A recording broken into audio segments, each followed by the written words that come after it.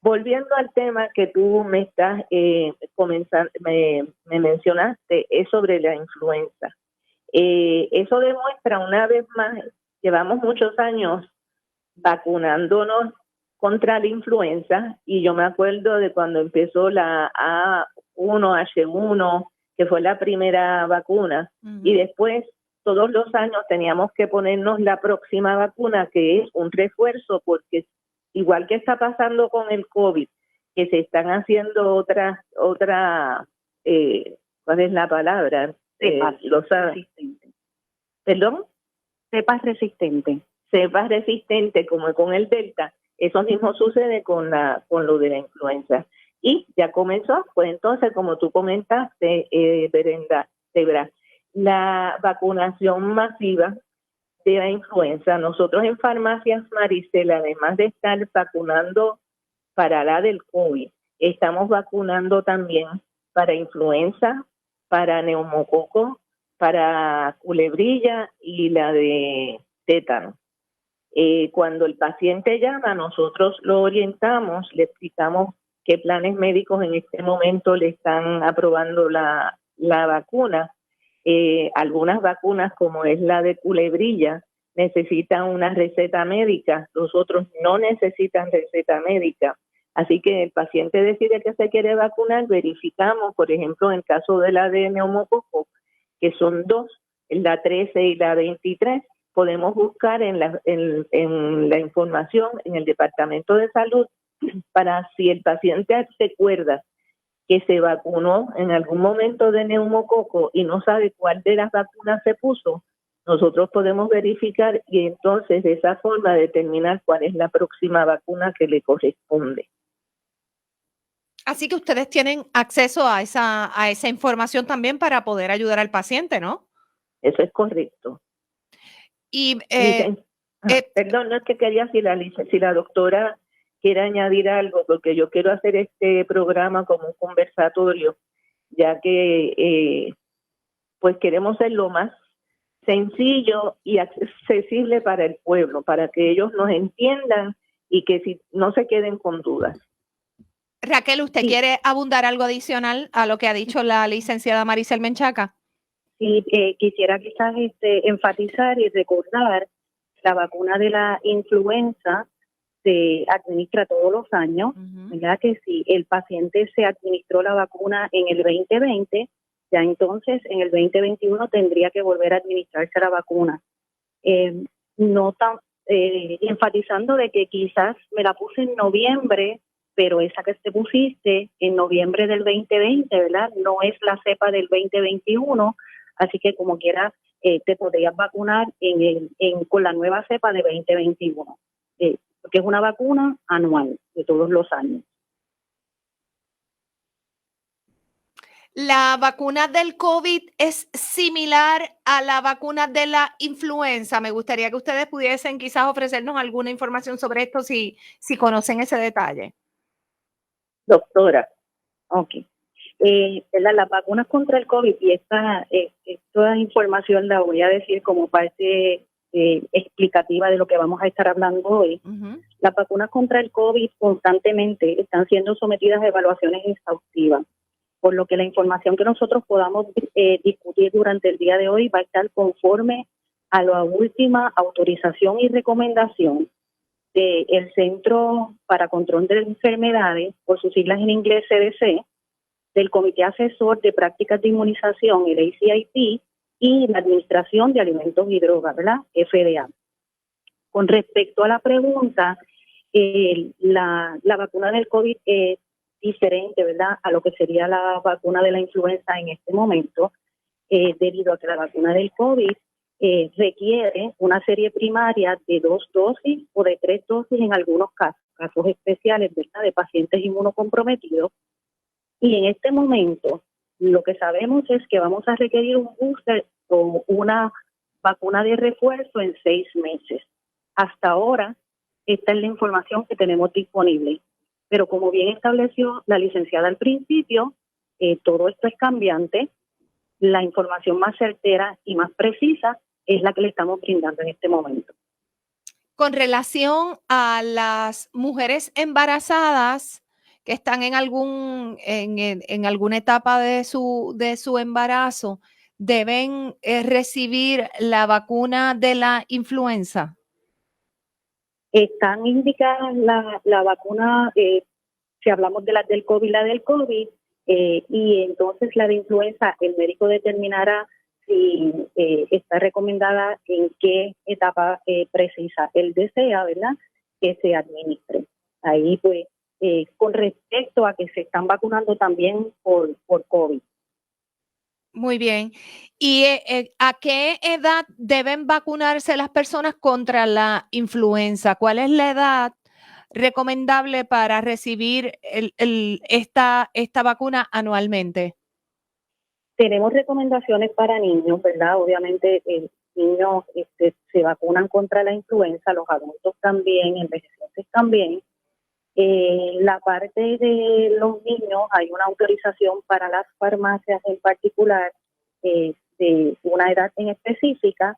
Se vacuna también en las oficinas de los pediatras, pero eso estamos esperando que el Departamento de Salud se pronuncie y nos dé la autorización precisa para decidir desde qué edad vamos a estar vacunando en las farmacias para influenza.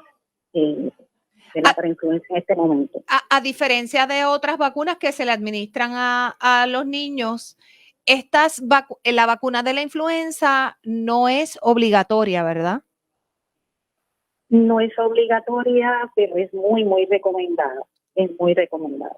Está dentro ¿verdad?, de la agenda de vacunas para los niños.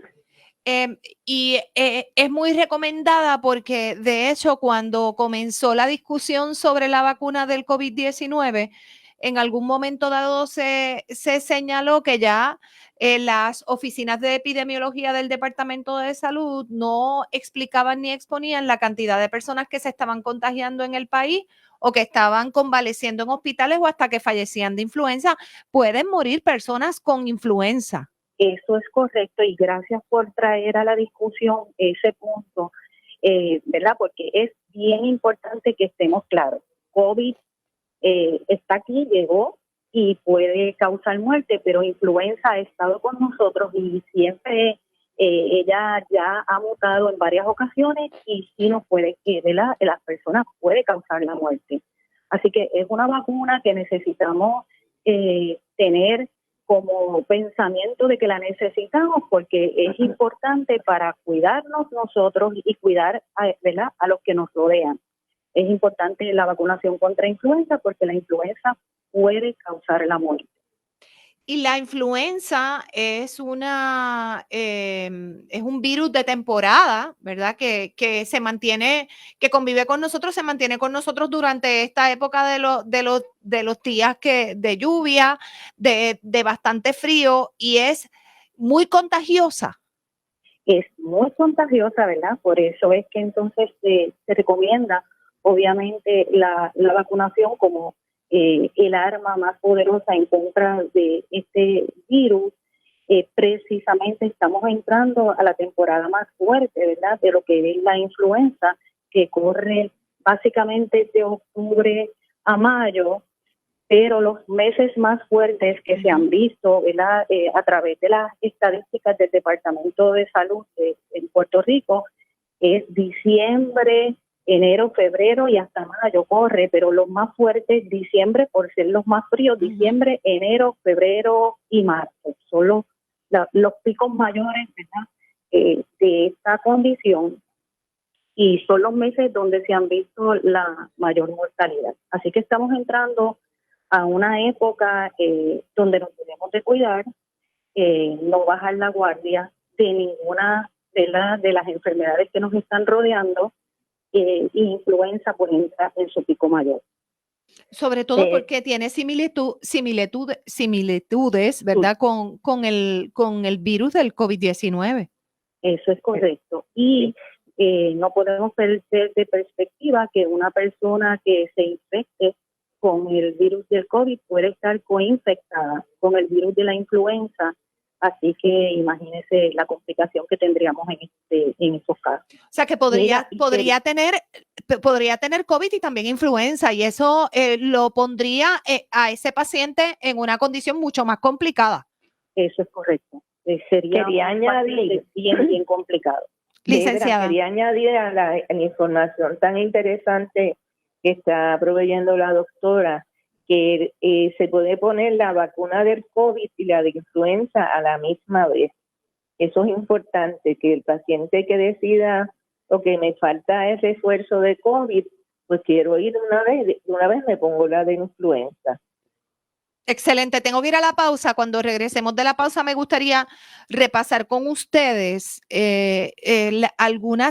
la sintomatología para que nos pongan en perspectiva de la similitud. Es verdad que tiene el virus del COVID-19 y también cómo se puede estar manifestando la influenza, y por eso hacemos hincapié en que quizás cuando usted vaya a recibir la inoculación de ese refuerzo del COVID-19, usted podría también vacunarse en ese mismo día también para la influenza. Pero voy a ir a la pausa y cuando regresemos hablamos un poco más sobre esto que acabo de traerle. Estoy conversando con la licenciada Maricel Menchaca de Farmacias Maricel, pero también con la licenciada Raquel Lozada, que se ha integrado recientemente al equipo de Farmacias Maricel. Estamos hablando de la inmunización tanto para influenza y cómo pudiese a veces confundirse esa sintomatología con el COVID-19. ¿Quién de las dos repasa esos síntomas que pueden ser muy similares al COVID-19? Bueno, yo voy a comenzar y que la doctora me añada todo lo que ella entienda conveniente. Los síntomas son bien parecidos y por eso es tan importante poder identificar cuál de las dos condiciones se está presentando en ese momento, que lo más certero sería hacerse la prueba del COVID, ¿verdad?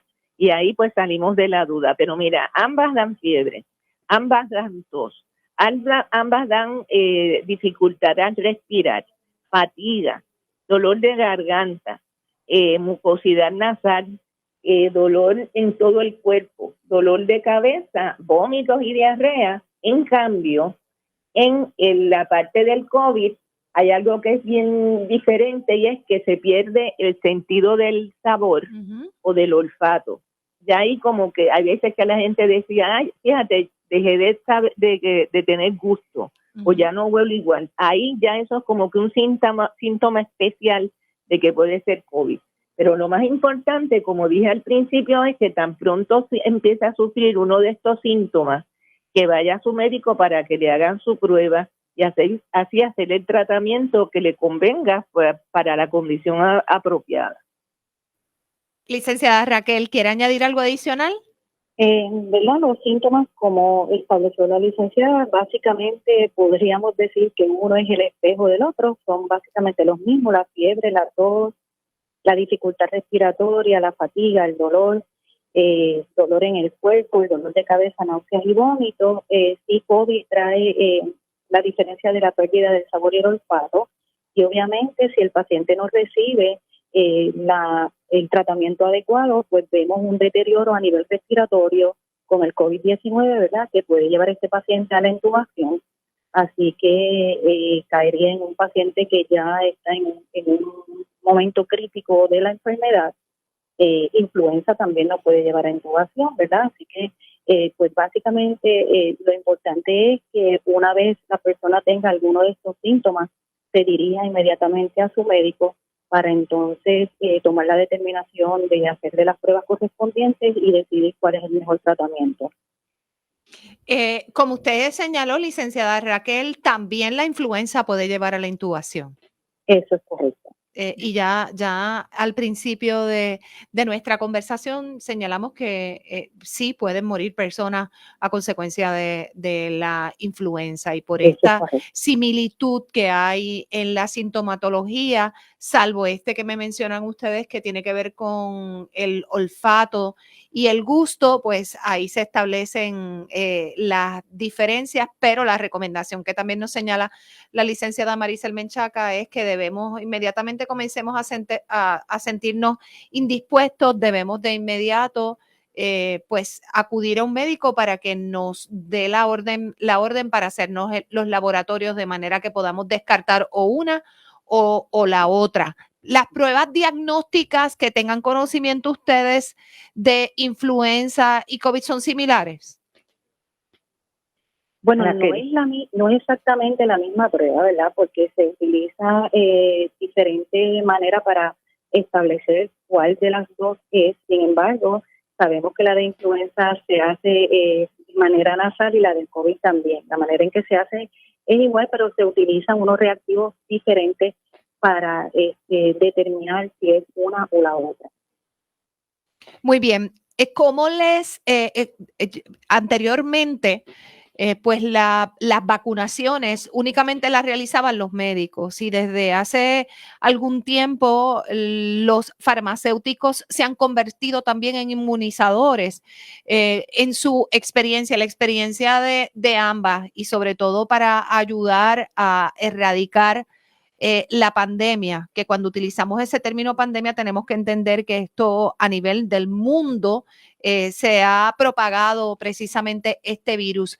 ¿Cuál ha sido la experiencia, además de atender el asunto de los medicamentos, ahora ustedes involucrarse en este ejercicio de la inmunización? Bueno, yo te puedo decir que esto ha sido un gran avance. Como tú dices, hace ya varios años ya las farmacias estaban certificadas para poder administrar otras vacunas, y ahora con lo del COVID, pues más farmacias, incluyéndome a mí, empecé a dar el servicio, y la experiencia ha sido bien gratificante. ¿Y por qué? Porque siempre hemos mencionado que el farmacéutico, y en este caso la farmacia, es un servicio que está disponible muchas horas, o sea, es accesible. Y eso permite que los pacientes puedan ir en diferentes horas. Y en el caso de nosotros, que tenemos le damos cita a cada paciente para que no esté más de 15 o 20 minutos en la farmacia, en el área de vacunación. Eso ha sido bien bueno para los pacientes, porque no tienen que esperar, no tienen que faltar al trabajo, pueden decidir a qué hora es que van a ir, porque nosotros tenemos un horario que le damos a escoger, y esto ha permitido en verdad que la accesibilidad a las vacunas haya sido a nivel básicamente de toda la isla. Las farmacias se han convertido en un instrumento bien importante en este proceso. Licenciada Raquel. Puedo añadir, ¿verdad?, a las palabras de la licenciada, que pues somos parte de ese grupo que se ha unido para que nuestro pueblo sea saludable, y gracias a esto podemos decir con orgullo, y esto lo anunciaron ayer, que somos los primeros en el mundo en vacunación. Eso me llena de mucho orgullo, ¿verdad? Uh-huh. Ayer en una discusión con la doctora Coelho trae a colación de que en este momento el mundo nos está mirando a nosotros por lo bien que hemos hecho lo de la vacunación.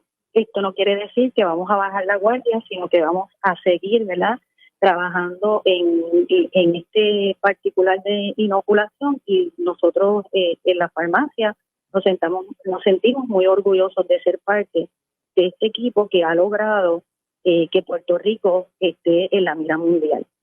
Excelente. Tengo que volver a hacer una pausa, y cuando regrese me gustaría que pues nos ofrecieran detalles de cómo hacemos la cita, el dato de que, por ejemplo, podemos recibir el refuerzo, el llamado booster, que es otro, ¿verdad? Otro término que se utiliza con el asunto del COVID-19, pero también podemos recibir ese mismo día la vacuna contra la influenza. Voy a ir a la pausa y en breve regresamos a Salud, Cultura y algo más. Y me gustaría que me explicaran sobre la vacunación del booster o del refuerzo. No es lo mismo. Ya nosotros en un programa en el pasado, en Para el Récord, pudimos explicar, pero si ustedes pueden añadir algo adicional sobre el COVID-19 y si pueden recibir el refuerzo o el booster el mismo día que vayan a vacunarse contra la influenza. Me gustaría que la doctora, ella explica muy bien la diferencia, así que Raquel, adelante. Para explicar la diferencia, voy a establecer primero que es un paciente inmunocomprometido. Yo creo que ahí es que basa, ¿verdad? La confusión que se ha traído a la población, porque nosotros todos los días recibimos personas con la misma preocupación, con la misma duda, si se tiene que poner la tercera dosis, y ahora entra, ¿verdad?, al escenario lo que es el refuerzo o el booster. Para definir un paciente inmunocomprometido de manera sencilla, ¿verdad?, se puede utilizar la palabra inmunocomprometido, inmunodeprimido, no competente inmunológicamente, como esta persona que no logra producir una respuesta adecuada del sistema inmunológico ante una enfermedad, un virus o una bacteria. Porque esto es importante, porque este defecto en el sistema inmunitario provoca entonces una mayor probabilidad de incidencias de enfermedades que pueden llevar al paciente, ¿verdad?, inclusive hasta la muerte. Así que tenemos ese paciente que puede estar inmunocomprometido porque su sistema ya, ¿verdad?, tiene un defecto, pero también tenemos aquellos pacientes que tienen inmunosupresión porque está inducido por algún tipo de medicamento. Tratamientos biológicos para pacientes con artritis reumatoidea, pacientes inmunosupresores como prednisona, pacientes con plaquenil o hidroxicloroquina, por dar algunos ejemplos, porque la lista es bien extensa. Así que ya establecimos que tenemos un paciente que está inmunocomprometido e inmunocompetente. Estamos en la vacunación, ¿verdad?, del COVID-19, donde tenemos en escenario 3 vacunas: la vacuna de Pfizer, la vacuna de Moderna y la vacuna de Johnson & Johnson. Uh-huh. Para los pacientes inmunocompetentes, ¿verdad?, que no tienen su sistema inmune comprometido, solamente se refiere a una serie primaria de 2 vacunas. En Pfizer, ¿verdad?, tenemos la primera dosis a los 21 días, su segunda dosis. En Moderna tenemos la primera dosis a los 28 días, su segunda dosis. Eso es una persona que tiene su sistema inmune intacto, que no tiene ninguna dificultad.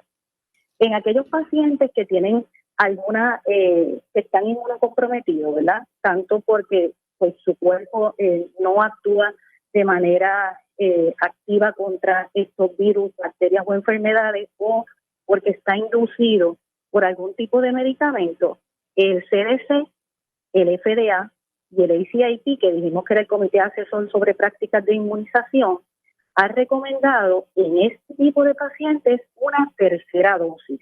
Esa tercera dosis es exactamente, ¿verdad?, la cantidad que se administró en la primaria y en la secundaria. Es una dosis adicional porque este paciente no tiene la capacidad de tener los mismos anticuerpos que una persona inmunocompetente. Explicándolo sencillo, él necesita 3 vacunas para poder hacer lo mismo que haría una persona con 2 vacunas que no tiene ninguna dificultad. Dicho esto, ya entonces tenemos, ¿verdad?, establecido que podemos tener la vacuna de Moderna o la de Pfizer con una dosis primaria o una serie primaria de 2 o 3 vacunas.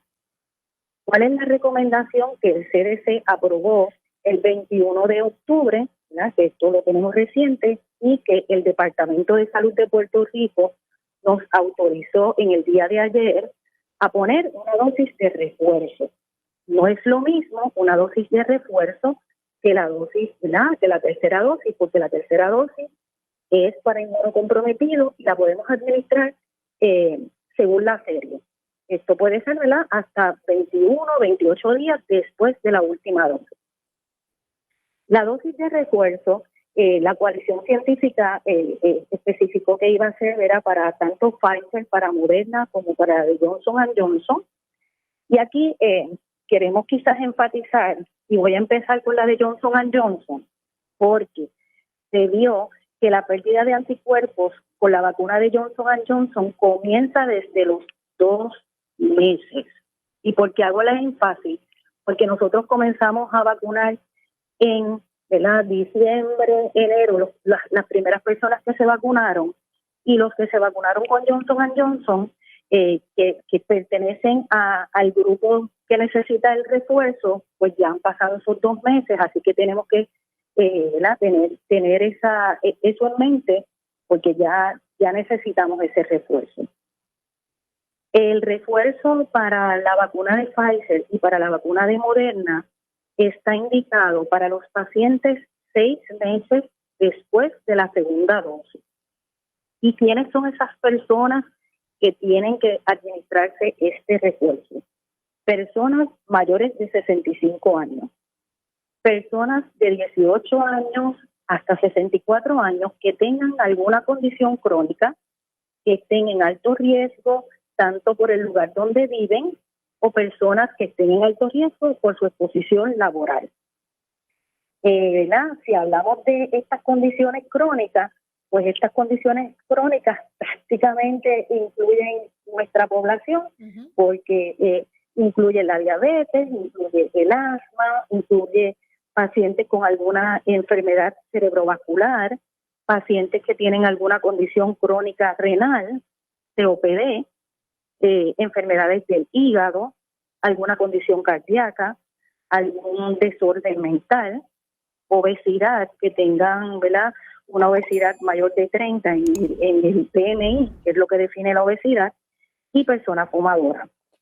Así que vemos que ¿verdad?, es una amplia gama es una gran cantidad de personas que deben de administrarse este booster, siendo que en nuestro país muchas personas padecen de enfermedades del corazón y enfermedades como la diabetes.